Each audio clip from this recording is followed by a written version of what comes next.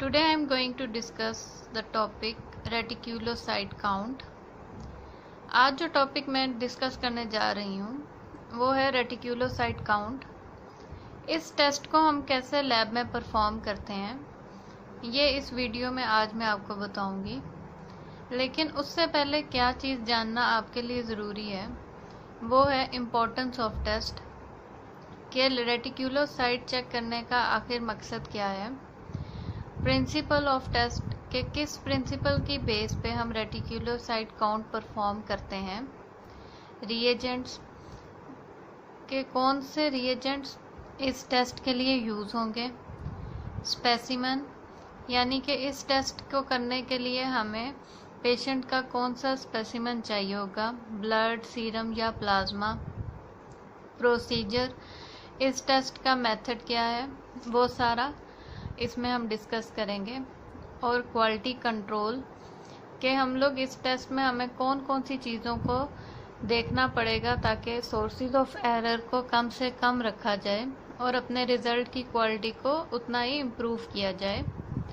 और एंड पे interpretation of reticulocyte count यानी कि नॉर्मल रेंज क्या है और वो कौन सी ऐसी कंडीशन होगी जिसमें रेटिक्यूलोसाइट काउंट ज़्यादा हो जाएगा। ये सब कुछ आज हम इस टॉपिक में डिस्कस करेंगे। तो सबसे पहले हम जो डिस्कस करेंगे वो है इम्पोर्टेंस ऑफ टेस्ट। सबसे पहले जो डिस्कस हम करेंगे वो है इम्पोर्टेंस ऑफ टेस्ट कि रेटिक्यूलोसाइट्स को चेक करना क्यों ज़रूरी है। तो इसलिए ज़रूरी है क्योंकि reticulocytes are immature red blood cells normally present in small number. सबसे पहले तो ये समझना है कि रेटिक्यूलोसाइट्स हैं क्या। रेटिक्यूलोसाइट्स रेड ब्लड सेल की हम कह सकते हैं कि सेकंड लास्ट स्टेज है, यानी कि रेटिक्यूलोसाइट्स जब मैच्योर होंगे तो वो रेड ब्लड सेल्स बन के ब्लड में बोन मैरो से रिलीज होंगे। But reticulocyte number increases when there is an increase in erythropoietic activity. लेकिन रेटिक्यूलोसाइट्स जो हैं उनकी तादाद में इजाफा होगा जैसे ही एरिथ्रोपोइटिक एक्टिविटी तेज़ होगी। एरिथ्रोपोइटिक एक्टिविटी क्या है? एरिथ्रोपोइटिक एक्टिविटी यानी कि रेड सेल की प्रोडक्शन का प्रोसेस। जैसे ही रेड सेल प्रोडक्शन प्रोसेस ज़्यादा होगा, तेज़ होगा किसी भी कंडीशन में, तो रेटिक्यूलोसाइट्स भी ज़्यादा रिलीज होंगे। Reticulocyte count assess bone marrow activity whether there is an effective response or there is an reduction in the number of red blood cells। हम एरिथ्रोपोइटिक एक्टिविटी जो कि बोन मैरो में हो रही है उससे हम क्या और चीज़ चेक कर सकते हैं वो ये है कि रेटिक्यूलोसाइट्स काउंट हमें हेल्प करेगी कि बोन मैरो में एरिथ्रोपोइटिक एक्टिविटी सही हो रही है, मतलब नॉर्मल हो रही है या कम हो रही है।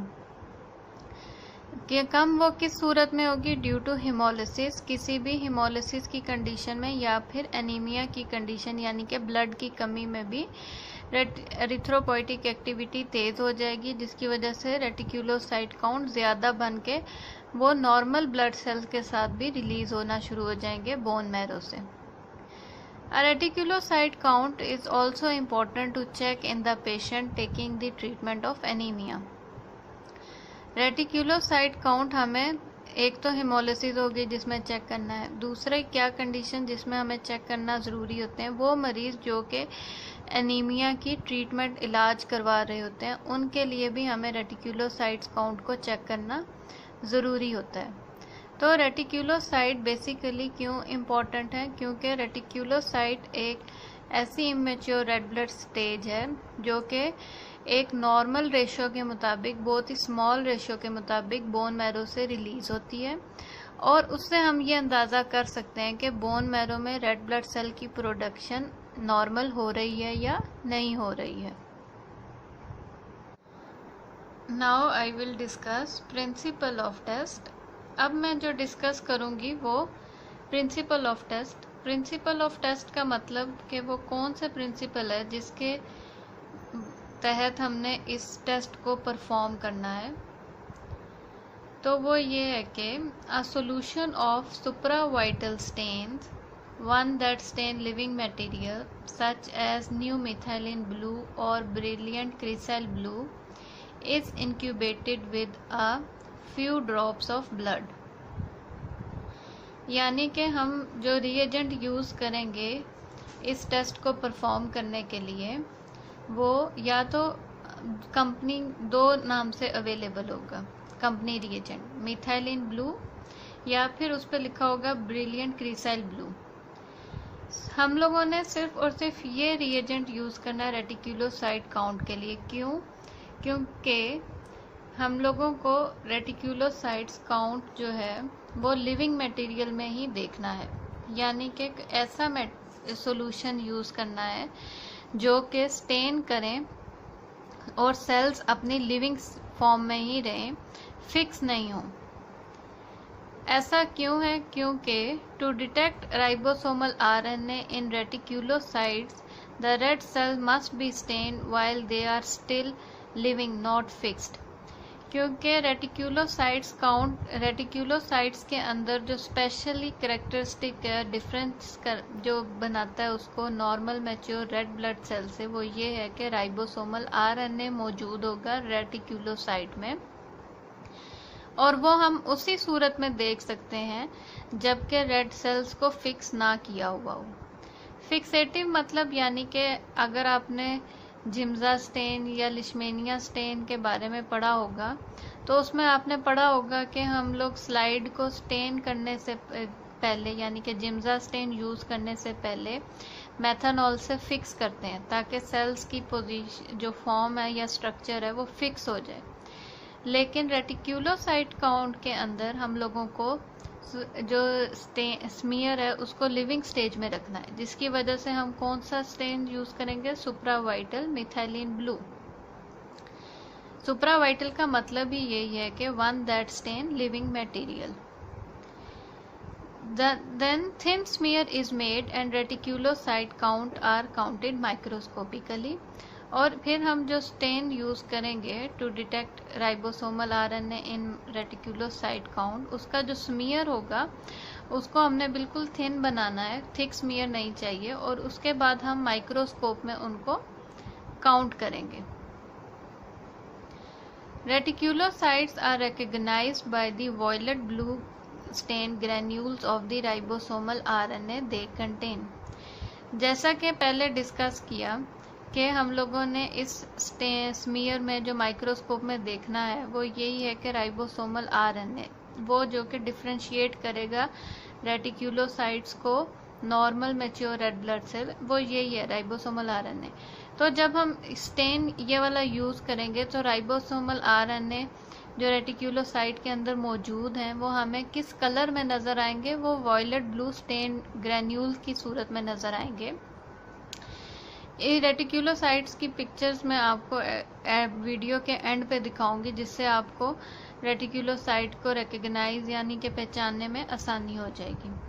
और at the end reticulocyte is expressed in percentage, यानी कि जो हमने रिजल्ट देते हैं रेटिक्यूलोसाइट काउंट का वो परसेंटेज में हम वो रिजल्ट देंगे।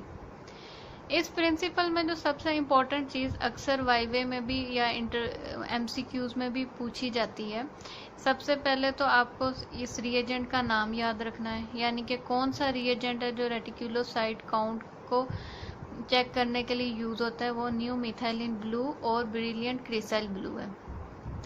और दूसरा जो इम्पोर्टेंट क्वेश्चन आता है रेटिक्यूलोसाइट काउंट के बारे में वो यही आता है कि सुप्रावाइटल स्टेन वो कौन सी ब्लड की काउंटिंग है जिसके अंदर सुप्रावाइटल स्टेन यूज़ होता है।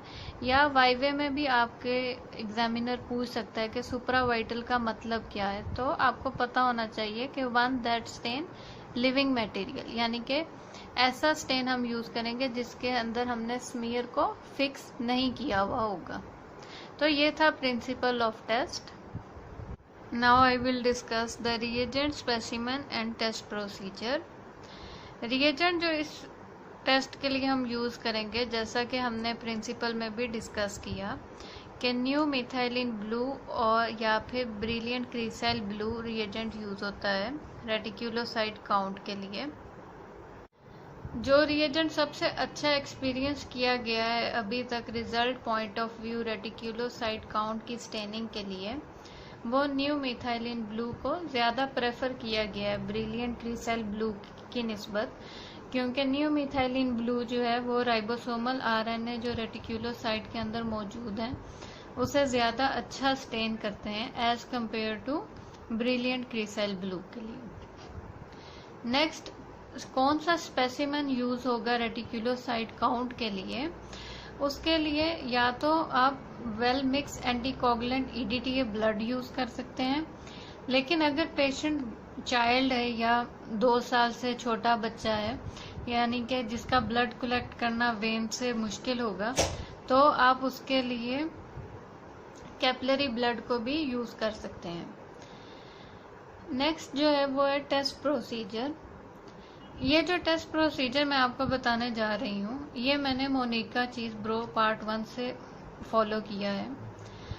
सबसे अच्छा ये है कि जिस कंपनी का आप रिएजेंट रिसीव कर रहे हैं उसका भी किट लिटरेचर फॉलो करें। लेकिन नॉर्मली ये प्रोसीजर भी हम फॉलो करते हैं, लेकिन लाजमी आप जिस कंपनी का रिएजेंट ले रहे हैं उसके प्रोसीजर को भी एक दफ़ा ज़रूर देखें। इस प्रोसीजर के मुताबिक फर्स्ट स्टेप जो ये है कि filter 2 to 3 drops of stain into small tube और वाइल। 2 to 3 ड्रॉप्स जो स्टेन के हैं उसको अच्छा ये है कि फ़िल्टर कर लें। फ़िल्टर करने का मकसद ये होता है कि जो स्मीयर आप बनाने जा रहे हैं उसको माइक्रोस्कोप में देखेंगे तो अननेसेसरी चीज़ें जो कि स्टेन को ख़राब करती हैं वो फ़िल्टर हो चुकी होंगी। नेक्स्ट ये है कि add about 4 drops of blood and mix well. 4 के ऊपर आपने देखा होगा कि मैंने स्टार का निशान बनाया है। उसका मकसद ये है कि the amount of blood used is not fix. ये फिक्स नहीं है कि आपने 4 ड्रॉप्स ही यूज करने हैं। Use at least twice the volume of blood to stain if patient is severely anaemic. Reticulocyte count check करने से पहले अच्छा होता है कि अगर आप पेशेंट की हीमोग्लोबिन को लाजमी चेक करें और RBC काउंट, यानी कि कंप्लीट ब्लड सेल पिक्चर सबसे अच्छी है, लेकिन HB हीमोग्लोबिन का चेक करना लाजमी है। अगर तो हीमोग्लोबिन 8 या 6 से लो है तो आप कोशिश करें अपनी ब्लड की क्वांटिटी को डबल कर लें, ताकि रेड ब्लड सेल, जैसा कि अगर एनीमिया होगा तो रेड सेल काउंट काफ़ी लो होगी तो माइक्रोस्कोप में भी फिर आपको रेटिक्यूलोसाइट फाउंड करने में उतनी मुश्किल होगी। तो उससे अच्छा है कि आप अपने ब्लड की क्वांटिटी को डबल कर लें। Number 3, incubate at room temperature for 20 minutes or 10 to 15 minutes at 35 to 37 degree centigrade.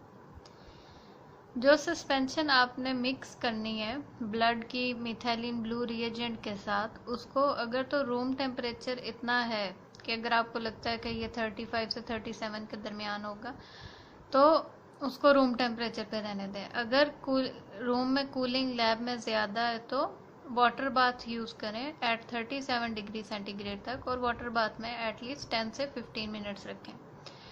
Water bath में इसलिए रखना है ताकि एवेपोरेशन को रोका जा सके। Step number 4, mix gently to resuspend and transfer a drop of stained blood to each of 2 slides, spread to make thin smear and let it dry by air। जो सस्पेंशन हमने 10 से 15 मिनट्स के लिए room temperature में रखी थी, slide बनाने से पहले उसको अच्छी तरह एक दफ़ा मिक्स कर लें ताकि जो ब्लड सेल्स हैं वो अच्छी तरह दोबारा रिएजेंट के साथ मिक्स हो जाएं। उसके बाद 2 ड्रॉप 2 स्लाइड्स पर डालें और उस बिल्कुल जैसे हम थिन स्मीयर मलेरिया के लिए बनाते हैं, सेम थिन स्मीयर आपने ड्रॉ करना है रेटिक्यूलोसाइट काउंट के लिए, और लेट इट एयर ड्राई आप उसको करें। लेकिन कोशिश करें कि वो एयर ड्राई तो, लेकिन स्मीयर को आप किसी चीज़ से कवर रखें ताकि कोई इंसेक्ट बाइट या इस तरह की चीज़ से स्मीयर ख़राब ना हो। Step number 5, count the reticulocytes microscopically.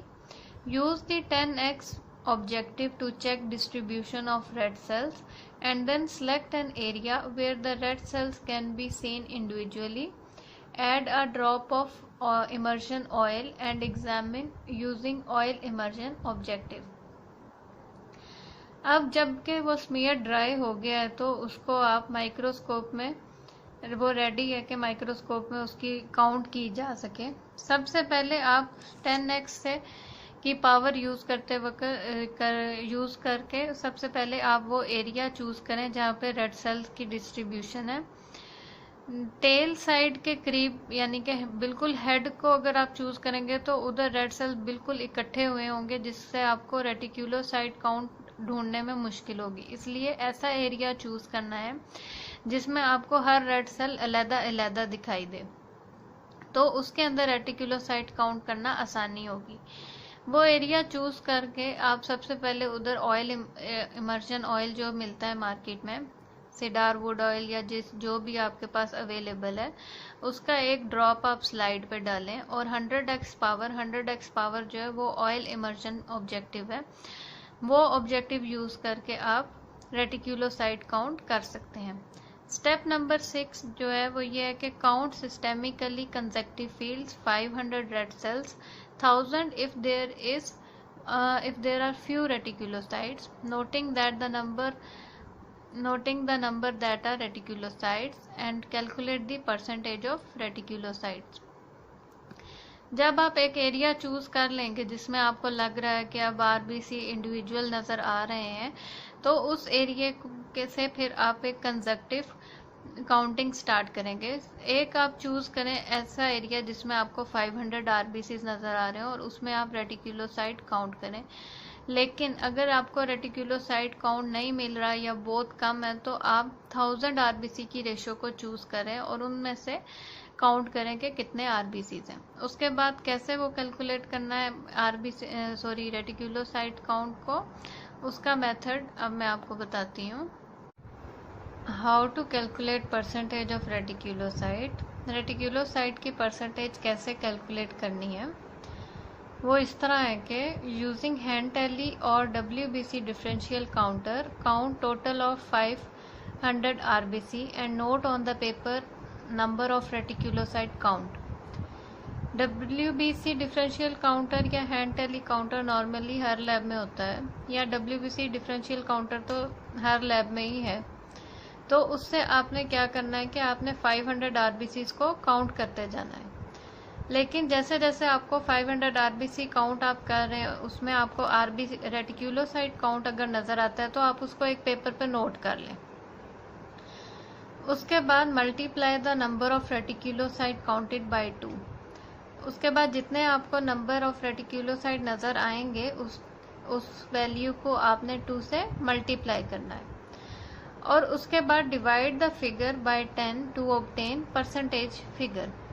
उसके बाद जो आपको मिलेगी count number of reticulocyte count 2 से मल्टीप्लाई करने के बाद, उसके बाद आपने उस वैल्यू को 10 से डिवाइड करना है ताकि आपको अपनी फिगर परसेंटेज में मिल जाए।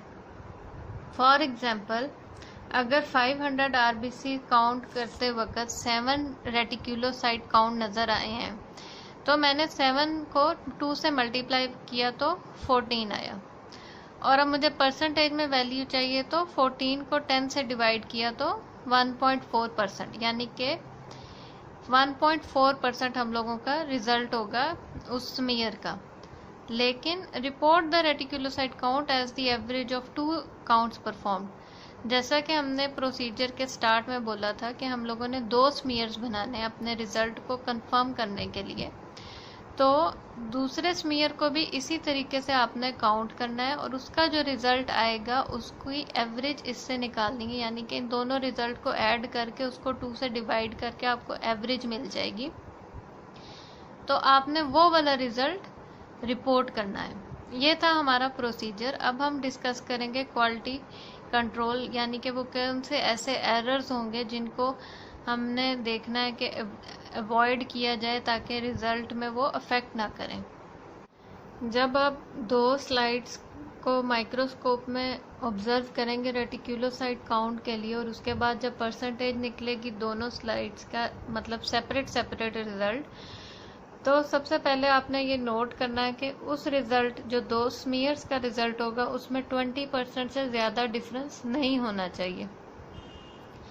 अगर तो दोनों रिजल्ट्स का डिफरेंस 20% से ज़्यादा है तो इसका मतलब है कि आपको अपना टेस्ट रिपीट करने की ज़रूरत है, क्योंकि उसमें कई सोर्स ऑफ एरर हो सकते हैं।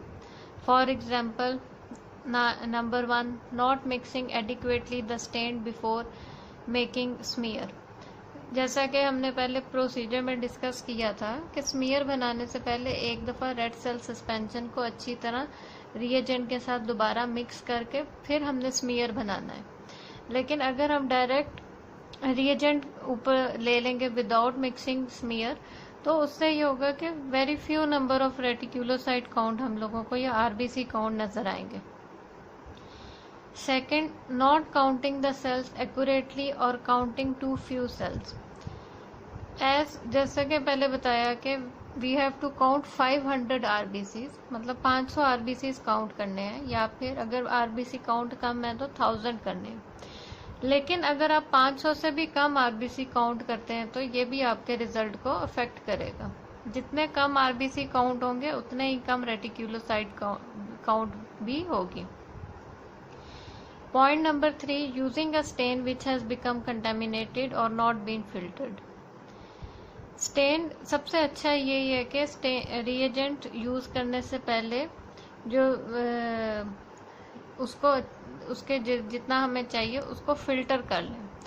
अगर तो वो स्टेन फिल्टर अच्छा नहीं किया हुआ तो, या अगर उसमें कोई कंटेमिनेशन है तो ये ज़रूर अफेक्ट करेगी फॉल्स इन रिजल्ट में। यानी कि आप कई सेल्स ऐसे होंगे जो स्टेन या कंटेमिनेशन आरबीसीज पे होगी जो कि आपको लगेगा कि शायद ये रेटिकुलोसाइट है, तो वो फॉल्स रिजल्ट में उसका अफेक्ट ज़्यादा होगा। And point number 4, confusing reticulocyte with any other cell. या तो आपको मतलब मिसाल के तौर पे हेन्स बॉडीज आरबीसी की एक एबनॉर्मल करेक्टरिस्टिक मॉर्फोलॉजिकल करेक्टरिस्टिक है, वो समटाइम अगर वो किसी पेशेंट के अंदर ज़्यादा है तो वो आपको कंफ्यूज करेगी रेटिकुलोसाइट के साथ, जिसकी वजह से आपके रिजल्ट में एरर आ सकता है।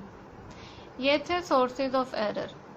Now I will discuss interpretation of reticulocyte count. Normal range क्या होती है रेटिकुलोसाइट काउंट की? इन्फेंट्स एट बर्थ उनके अंदर रेटिकुलोसाइट काउंट होगा 2 से 5%, but in children and adults reticulocyte count कितना होगा? 0.5 से 2.5%। As you can see difference कि इन्फेंट्स में रेटिकुलोसाइट काउंट की रेशो ज़्यादा होगी क्योंकि उनके अंदर एरिथ्रोपोइटिक एक्टिविटी काफ़ी ज़्यादा होती है as compare to children and adult, और चिल्ड्रन और अडल्ट्स में कितनी होगी? 0.5 से 2.5%। Now I will discuss that in which condition, के कौन सी ऐसी कंडीशन है जिसमें रेटिकुलोसाइट काउंट ज़्यादा होगी, कौन सी ऐसी डिजीज और एबनॉर्मेलिटी है in which reticulocyte count will be high, that I will discuss with you. वो कौन सी कंडीशंस हैं जिसमें रेटिकुलोसाइट काउंट ज़्यादा या कम होती है? Raised reticulocyte count will be in haemolytic anaemia, acute blood loss, iron deficiency anaemia और मेगैलोब्लास्टिक एनीमिया थेरेपी।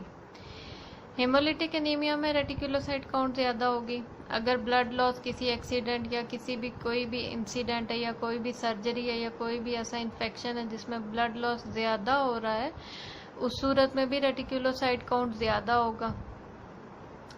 और आयरन डेफिशिएंसी एनीमिया और मेगैलोब्लास्टिक एनीमिया थेरेपी लेते हुए यानी कि ट्रीटमेंट कराते वक्त भी कई दफ़ा रेटिकुलोसाइट काउंट ज़्यादा होगा। डिक्रीज रेटिकुलोसाइट काउंट ऐसी कंडीशन में होगा in which the decrease reticulocyte count is associated with ineffective erythropoiesis और decrease production of red blood cells. कोई भी ऐसा या तो कोई इन्फेक्शन होगा बोन मैरो में या कोई ऐसी कंडीशन होगी जिसमें red blood cell production affect होगी और वो डिक्रीज प्रोडक्शन होगी रेड ब्लड सेल्स की, जिसकी वजह से रेटिकुलोसाइट काउंट भी डिक्रीज हो जाएगा। अब मैं आपके साथ सब कुछ माइक्रोस्कोपिक इमेजेस शेयर करूंगी रेटिकुलोसाइट्स के, जिससे आपको मालूम पड़ेगा कि रेटिकुलोसाइट काउंट माइक्रोस्कोप में कैसा नज़र आता है और आपको प्रैक्टिकल करते वक्त ज़्यादा आसानी होगी समझने में।